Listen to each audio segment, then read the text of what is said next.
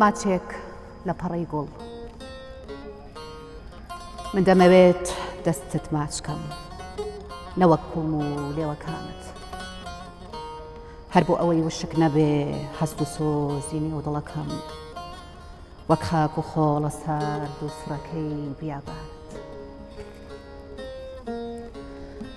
گەر دەتەوێ ماچم بکەی دەبێ پەساپۆرتت پێ بێ بۆ دەرباز بوون لە سنوورم دڵنیابە گەر تۆ نەبی لە هیچ کەسی تر ناگۆڕم من ماچ بە ماچ دەگۆڕمەوە خۆت دەزانی قەرزی شوایە ئەمە یاسای عەشقی منە نازانم لای تۆ چۆن ڕەوایە من ماچی پەرچەمت دەکەم چونکە بۆ من دارستانە خۆت دەزانی عاشق وایە حەزی لە ژوانی نێو بێستانە من بە تەنها ماچێکی تۆ بە سەدار ماچ ناگۆڕمەوە ئەمە یاسای دڵی منە لای دادوەریش نایسڕمەوە دەم خۆش خەندەخان زۆر سپاس بینەرانی خۆشەویستی کەناڵی کوردستان 24 ئەم کاتە و هەموو کاتێکتان شاد فەرموون لەگەڵ ئەڵلقەیەکی نوێی بەرنامەی قەلەندەرخانە لەگەڵ هاوکارم خەندەخان ئەڵلقەی ئەم جارەمان لێدوانە لەسەر شێعر و بەرهەمە ئەدەبیەکانی یەکێک لەو ئافرەتانەی کە بەرهەمێکی زۆری ئەدەبی و کارێکی زۆری ئەدەبی کردووە لە ناو ئەدەبی کوردیدا ئەو ئافرەتەش خاتوو کەژاڵ ئیبراهیم خدرە بۆ لێدوان لەسەر ژیان و شێعرەکان و بەرهەمەکانی خاتوو کەژاڵ برای بەڕێز کاک ڕێبوار محەممەد یوسف کە دەکاتە هاوسەری خاتوو کەژاڵ میوانی بەرنامەکەمانە بەخێر هاتی کاک ڕێبوار زۆر زۆر سپاسان دەکەم زۆر سپاس بۆ ئەو میهرەبانی و خۆشەویستی ئێوە کە منتان بەسەر کردەوە هیوادارم سەرکەوت و سەرفراز بن و بەردامەکەشتان ئەو خۆشەویستی کە لە ناو ئەدیب و ڕۆشنبیریدا بەرهەمی هێناوە هەراوە بە گەشاوایی بمێنێتەوە زۆر بەخێر بێی دووبارە بەخێر هاتی هەروەها خاتوو مینۆ محەممەد تۆفیق بە ئامێری ساز ئامادەیە لە بەرنامەکەمانە بەخێر هاتی مینۆ خانم بەخێر بێ خاتون گیان کاک ڕێبوار سەرەتا وەکو نەریتی بەرنامەکە ئەمانەوێ شتێک لەبارەی ژیان و سەرەتای ژیانی خاتوو کەژاڵەوە بۆ ئێمە و بۆ بینەرانی خۆشەویست باس بکەیت کەژاڵ لە ساڵی 1968 لە شاری قەڵاتزیە کە بە شاری دووجار شەهید ناونراوە ئەویش بەهۆی بردومانی شاری قەڵازیەوە لە ساڵی 1970 و ساڵی 1970 کەوە دوو شێرە ژن کە لەوێ شەهید بوون بەم ناوەوە ناونراوە شاری قەڵاتزیە خاوەنی سێ منداڵە بە ناوی نامرێ نواڵە داریاس کەژاڵ لە ساڵی 1968 کە لە دایک بووە خوێندنی سەرەتایی و ناوەندی لە شاری قەڵازیە تەواو کردووە دواتر ئامادەی لە کاتی ڕاگواستنی ساڵی 1970 لە 26 لە شارۆچکەی خەبات لە ئۆردوگای خەبات کە ئەو مەفهومە زیاتر دێتە گۆڕێ ئامادەی تەواو کردووە ئەو لە سەرەتای ژیانیەوە لە ساڵی 1970ەوە دەستی بە شەعر نووسین کردووە سەرەتا بە شەعر و چیرۆکی منداڵان بەڵام لە ساڵی 1970 ئەو بەشداری شانۆگەریەکی کردووە کە بە خوێندکار بووە لە قوتابخانە لە بواری هونەریشدا بە ناوی تاوانێک لە فەلەستین ئەو کاتە دەوری ژنێکی تێکۆشەری فەلەستینی دیوە کە ئەمە معاناتی زیاتر ئەو چەسانەوە بووە کەەوە گەلەکەی خۆمان بەسەری هاتووە بەڵێ مامەسەگیان دیارە خاتوو کەژاڵ ڕۆحی شاد بێ خاتونێکی زۆر مهرەبان بوو خاتونێکی زۆر دڵسۆز بوو بۆ ئەدەبەکەی ئەمەوێ ڕوخسار و مۆرکی شعرەکانی بزانین چۆن بوو شعرەکانی ئەو یەکەم شعری لە ساڵی 1970 لە ڕۆژنامەی هاوکاری بڵاو کردەوە. شعرەکە زیاتر لە ڕووی چەوسانەوە بووە لە بینی دوو طبقەدا، طبقەیەکی فەلاحی، طبقەیەکی دەرەبەگایەتی. دیارە شارەکەی ئێمە شارێک بووە کەوا خاوەنی فکر و ڕۆشنبیری بووە، دەیان شاعری جوانی وەکو ڕەفیق سابیر و فانی و محەممەد فیدا و ئەحمەد قادر سەعید و جەزا عەلیەمین و حەمید عەزیز و جیلەکانی کەش پێگەیاندووە. کەژاڵی شان بە شانی ئەمانە پەرەی بە بواری شعرەکانی خۆی داوە. ئەم شعرانەی کە ئەو نووسیوێتی سەرەتا بە تۆزێک بە شعری درێژ دەسی پێکردووە، دواتر گەیشتۆتە ئەو قەناعەتەی کە ئەم شعرانە ئەو مەفهومە گەورەیە ناپێکێ، بۆیە هاتووە شعرەکانی کورد کردوتەوە بۆ کۆپلە. ئەم کۆپلە نەشی مستەهدەف بووە، نەک ئەوە بێ شعرێک بێ کە هامشی بێت و بڕوە. ئەو زیاتر ئەم شعرانەی هەڵبژارکەوە زیاتر ناوبانجی بە و شێوە ڕۆشت.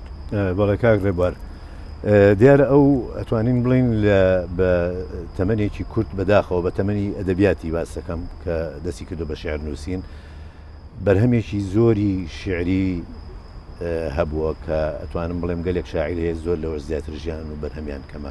ئایا بەرهەمە شعریەکانی چەنە؟ کاک حەمیدجان، ئێستا من زیاتر لە 56 دیوانی شعریم لەلایە، بێجگە سێ دەستنووسی کە لە لامە تاکوی ئێستا چاپم نەکردووە. ئەم شعرانەی زیاتر لە ساڵی 96ەوە دیوانەکانی چاپ کرد کە لە شاری قەڵازیەوە کۆچمان کرد بۆ ئەم شارە جوانەی شاری سلێمانی. شاری سلێمانیش بوو بە بەخشندەیەک بۆ کەژاڵ کە توانی لەگەڵ ئەدیب و نووسەرانی شاری سلێمانی هەڵسوکەوت و بەشدار بێدیتر وای لێ هات کە شعرەکانی لێرە بوونە شێوەی تەقینەوەیەکی جوان بە تایبەتی لە ئەدەبی ژناندا. بڵێ مامۆستاگیان دێنەوە سەر باسەکانمان لەسەر شاعیر دوای ئەوەی خات و مینۆ و کاک حەمید شعرێکی تر ئەکەن بە میوان. باخچەی عاشق.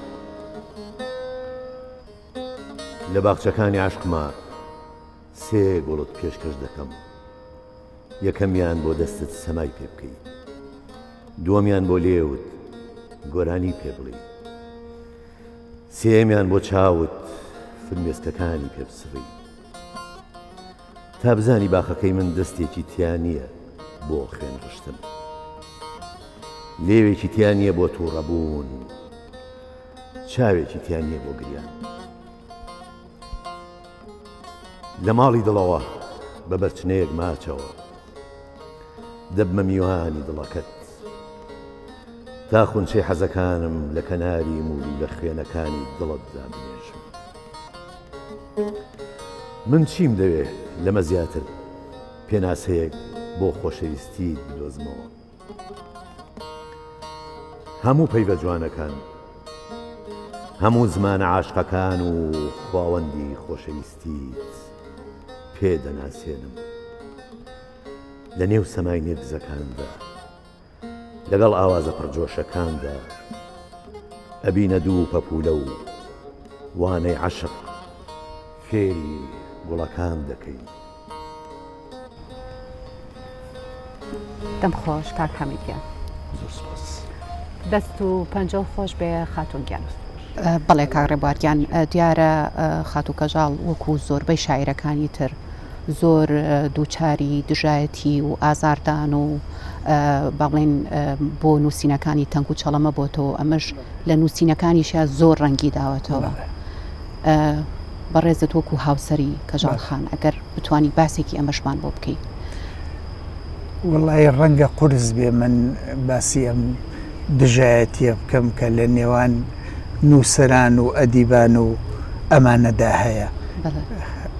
ئەم هەستی پێ کردووەکەوە لەو ڕوانگەوە دژایەتی دەکرێ یان نە، بەڵام بە هیچ شێوەیەک نەچۆتە ناو مەعمەعەی ئەم دژایەتی کردنەوە. ئەو گوێی نەداوەتێ، ئەو توێتی من شعر بڵاو دەکەمەوە، من خاوەنی ئەم شعرانە نیم، ئیتر کۆمەلگا خاوەنێتی، بۆیە بەم شێوەیە گرەوەکەی خۆی بردەوە و هێناشێدی. ئەوانەشی کە لە سەریان نووسی ئایا بەزەق بێ ئایا نەرم بێت جگە لە ڕێز و حرمەت و سوپاسکردن هیچیکەی پێ نەبەخشین بۆ ئەگرەوەکەی لەو ڕوانگەیە بردەوە وەتوانیشی برە و بەو شعرانەی بدا کەوا ئێسا لە نێوەندی ئەدەبی کوردیدا کە خۆی لە وەسەتەکەدا بووە ئەو دەنگدانەوە بەرهەم بێنێ.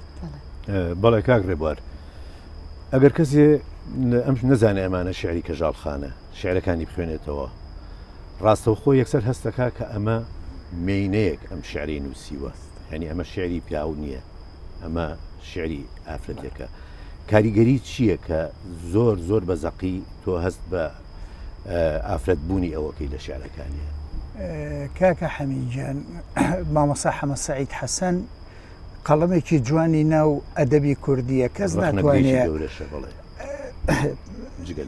گلەی لێ بکات ئەم نووسەرێکی ڕازگۆیە لە نووسینێکیدا کە لە جەریدەی هەولێر بڵاوی کردوێتەوە دەڵێ یەکێک لەو شاعیرە ژنانەی کە لە وەسەتەکەدا تا ئێستا ژنانە نووسیوێتی کەژاڵ ئیبراهیم خدرە کە بە زمانی مێینە تەعبیری لە هەموو ئازار و ئێش و ناخی ئافرەتانی کۆمەڵگا کردووە. ئەم کە شعری نووسیوە شعرەکەی لە هەست و ناخ و سۆز و عەتفی خۆیەوە نووسیوێتی زانیوێتی ئەم کۆمەڵگایە چ چەوسانەوەیەکی تێدایە بۆیە ئەم توانیوێتی دەرونی خۆی ببەخشێ بە هەموو ئەم ژنانەی کەوا لە کۆمەڵگادا دەچەوسێتەوە. بەڵێ کاک ڕێبوارگیان ئەو شعرەکانی خات و کەژاڵ هەندێکی کراون بە عەرەبی ژماری ئەو شعرانە چەندن کە کراون بە عەرەبی و کێ کردوونی بە عەرەبی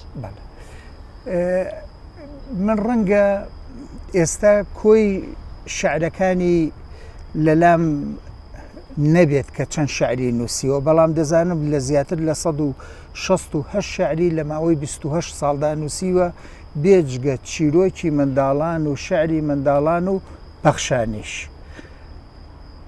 ئەمە بوو بە خەزیانەیەک بۆ کەژاڵ لە وەسەتەکەدا.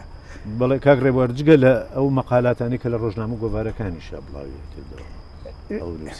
من ڕێز و حورمەتم بۆ ئەم ناقد و ڕەخنەگرە کوردیەکان کە زیاتر لە 98 نووسینیان لەسەر نووسیوە کەمیان هەیە مستەهدەف لە شعرەکانی دابێت جگە لە جوانی بەخشندەی بۆ شعرەکانی بەڵام لە وەسەتی کوردیدا ئەو 168 شعرەی 128 کەس بۆ 130 قەڵەم جوانی کورد کردویانە بە عەرەبی کە یەکێکیان لەوانە کاکە حەمیدی هاوڕێ و خۆشەویستی منە کە 6 شعری بۆ تەرجمە کردووە و هەموو ئەو کۆپلە شعرانەی کە کاک حەمید تەرجمەی کردووە هەر هەموویم لە ڕۆژنامە و گۆڤارە عەرەبیە کانی عێراقی و دووەلی عەرەبی بڵاو کردوێتەوە و بگرە کردوشمە ناردوومە بۆ جەزائیر کردویانە بە ئەمازغی کە یەکەم شاعری ژنە شعرەکانی بکرێ بە ئەمازغی دەستخۆشی لە کاک حەمید دەکەین هەر نمونەیەک لەوە ئەم شعرانە ناردوومە بۆ مدەقیق لوغەوی عەرەبەکان بڕوات بێ ئەمە بە هین ناڵێم لە ناو هەر هەمویانە لەوانەیە 4 شاعیر بۆ 5 شاعری کورد کە دەستکاری شعرەکانیان نەکراوە وەکو خۆی هێشتاوێکیان کاک حەمیدە و هەم ئەو شعرانەشی کە بڵاوی کردوێتەوە وەرگێدراوە بۆ زمانی ئەڵمانی بۆ زمانی سەربی بۆ زمانی فارسی بۆ ئەوە عەرەبی بۆ فارسی بەلاتینی ئەخیر شعری کە ئێستا لە لامە ئەسەدوڵڵا حسەینی لە هەندستانەوە بۆی تەرجمە کردووە. بەڵێ کاک ڕێبوار ئەم شعرانە کە وەرجێڕاوە بەسەر زمانی عەرەبی بێگومان ئەمانە لە گەلێک ڕۆژنامە و گۆڤاری عەرەبی لە جەزائیر لە مەغریب لە تونس لە میسر لە زۆر وڵاتانی تری عەرەبی بڵاو کراوەتەوە ئەم شعرانە کەوتوتە بەرچاوی ڕەخنەگران و نووسەرانی عەرەب کاردانەوەی ئەو ڕەخنەگران و نووسەرانەی عەرەب چۆن بووە لەسەر ئەم شعرانە تا ئێستا ئەوەی کە لە لای منە یعنی خەزیانەیەکی گەورە و دەوڵەمەندێکی گەورەیە بۆ شاعرێکی ژن 268 مەقالەی نەقدی لەلایەن شاعیرانی عەرەبەوە لەسەر بنووسرێت بێجگە فارسیەکان. ئەم 268 نەقدە کەم شاعیر هەیە لە ناو کووردە ئەمەی لەسەر نووسرا بێ. بە نمونەیەک دکتۆر مقبل ئەحمەد الحومەیری لە وڵاتی یەمەنەوە کە لە شەڕدایە مەقالەیەک لەسەر کەژاڵ دەنووسێ، ئافرەتێکی شەیە هەر لە یەمەن ناوی کەژاڵ مەقدشیە، بەراوردیان دەکات، دەڵێ کەژاڵی مەقدشی ئێمە لە بیئەیەکی خێڵەکی لەدایک بووە، توانیوێتی کۆمەڵێ شەعر بە شانوباوی خێڵەکیدا بڵێ، بەڵام لە ئەنجامدا ئەم چەسانەوەی قوبوڵ نەکرد، توانی شعرێکی کە بنووسێت تووشی ئێش و ئازار بوو. بەڵام شاعرێکی کە هەیە لە کوردستاندا و بە تایبەتی ئێستا لە شاری سلێمانی دەژی کە خەڵکی قەڵاتزێیە، توانیوێتی شعرەکانی ئەوەندە ناسکانە بنووسێ و تەئسیر بکاتە سەر هەست و هۆش و دەرونی ئێمە. و من ئێستا ئوستازی جامیعەم بۆ قوتابیەکانی خۆمم باس کردووە کە کەژاڵ ئیبراهیم خدر چ شاعیرێکە لە ناو وەسەتی ئەدەبی عەرەبیدا. عەرەبەکان زۆر شانازی پێوە دەکەن کاکە حەمیدجان، لەگەڵ دەیان شاعیری عەرەب و نوخبە ناوی دێنن. بگرێ ڕەنگە ئەمە قورس بێ ئەو قسەیە بکەم، زۆر جار بە نمونەی لەپاڵ محەممەد ماخوت و نزار قەبانی و کۆمەڵە شاعیریکە ناوی کەژاڵ دێنن. هەموو ئەم نووسینانم لەلایە بە دەلیلیش. بەڵێ کاکرێبوار دێنەوە سەر باسەکەمان دوای ئەوەی خەندەخان شعرێکی تری خات و کەژاڵمان بۆ خوێنێتەوە بە هاوکاری خاتونینۆ.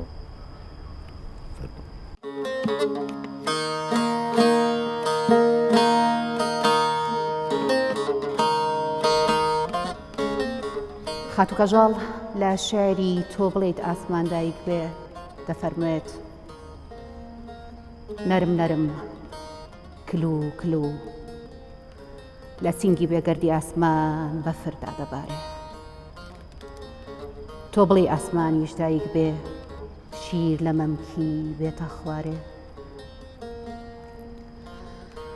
بەفر گریە وتی من دەمەوێ 4 وەرزی ساڵ سپی بنوێنم، تا بۆ گشت بوو کە جوانەکانی نیشتیمان ڕەنگی سپی بنەخشێنم.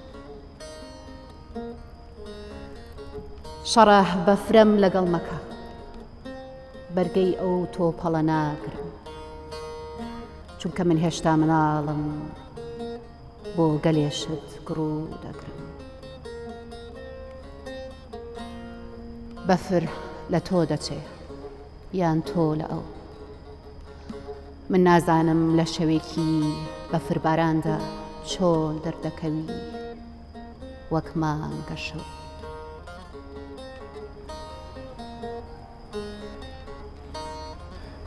کاکرێبوار کاتێک شعرەکانی کەژاڵخانە خوێنینەوە هەندێکی تایە هەستەکەین ئازاری خودی خۆیەتی، بەڵام گەلێ شعری هەیە لە خۆی چۆتە دەرەوە، لەوانێ ئازاری کەسانی چواردەوری خۆی بوو بێ و هەندێک جاریش لەگەڵ سروشتا تێکەڵ بووە، یعنی مامەڵەیەکی لەگەڵ سروشتا کرد وەکو وێنەی شعری، هەروەکو ئەم شعری ئێستا خەندەخان خوێنێەوە.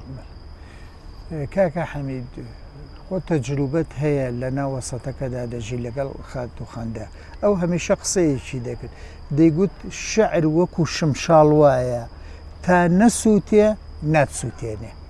ئەمە هەمیشە ئەم قسەی دەکرد، بەڵام دەیگوت لە دەستی منیشدا شعر وەکو پەموویەک وایە ئەوەندە نەرمە دەتوانم وەکو پشتیەک سەری بخەمە سەر. ئەم ڕازگویانە شعری نووسیوە، شعرەکانی لە بواری کۆمەڵایەتی هەموو ئازارەکانی خۆی باس کردووە، لە بواری نیشتیمانیدا کە دەڵێ نیشتیمانەکەم شەقامەکانی پڕن لە بۆنی ترس و دەستەکانی پڕن لە بۆنی درۆ و چاوەکانی پڕن لە فڵانشت، ئایا ئەم نیشتیمانە ناو بنێم چی؟ ئەم نیشتیمانەی لە کۆپلەیەکدا هۆنیوەتەوە کە ڕەنگە شاعرێکی کە بە دەیان دێر بە 20 دێر ئەم شعرە مەفهومەکە بدە.